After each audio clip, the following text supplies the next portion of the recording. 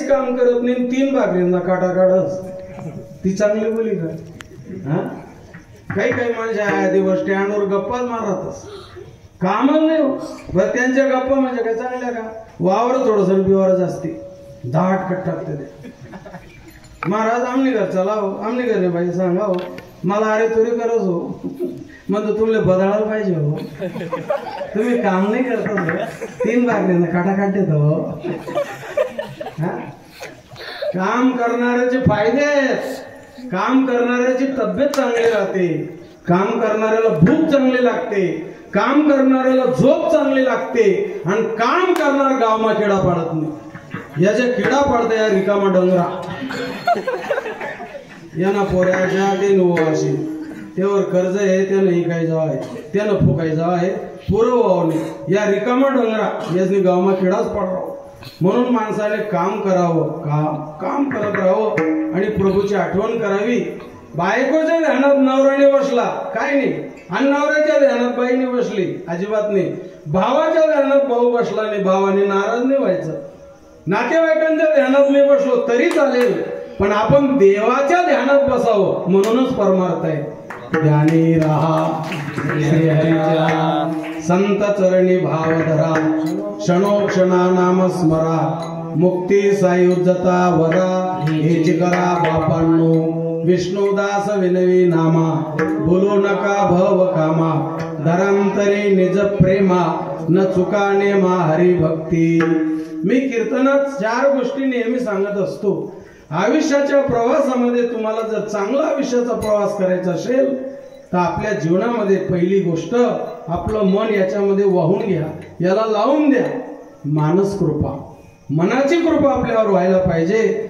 Number 2 ग्रंथांची कृपा आपल्यावर व्हायला पाहिजे. नंबर 3 संत महात्मे सद्गुरु माऊलीची कृपा आपल्यावर व्हायला पाहिजे. आणि शेवट 4थी त्या ब्रह्मांड नायकाची आपल्यावर कृपा व्हायला पाहिजे.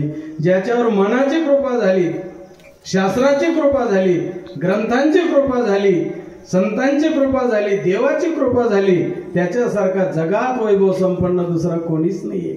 आणि म्हणून संत जागृत करतात, विष्णुदास विनवी नामा, भुलवा नको भव कामा, धरे अंतरीन ज प्रेमा, न चुका नेमा हरिभक्ती. संत महात्म्यांचंच काय ऐकावं?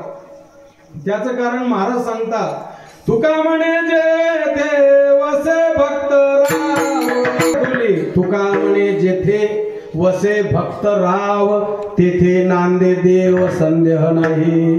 संशय धरायचा नाही, प्रत्यक्ष ब्रह्मांड नाही, भगवान त्या साधू जवळ, त्या भक्ताजवळ, त्या महात्म्याजवळ अखंड वास्तव्य करतो. तुका म्हणे जेथे वसे भक्त राव, तेथे नांदे देव संदेह नाही.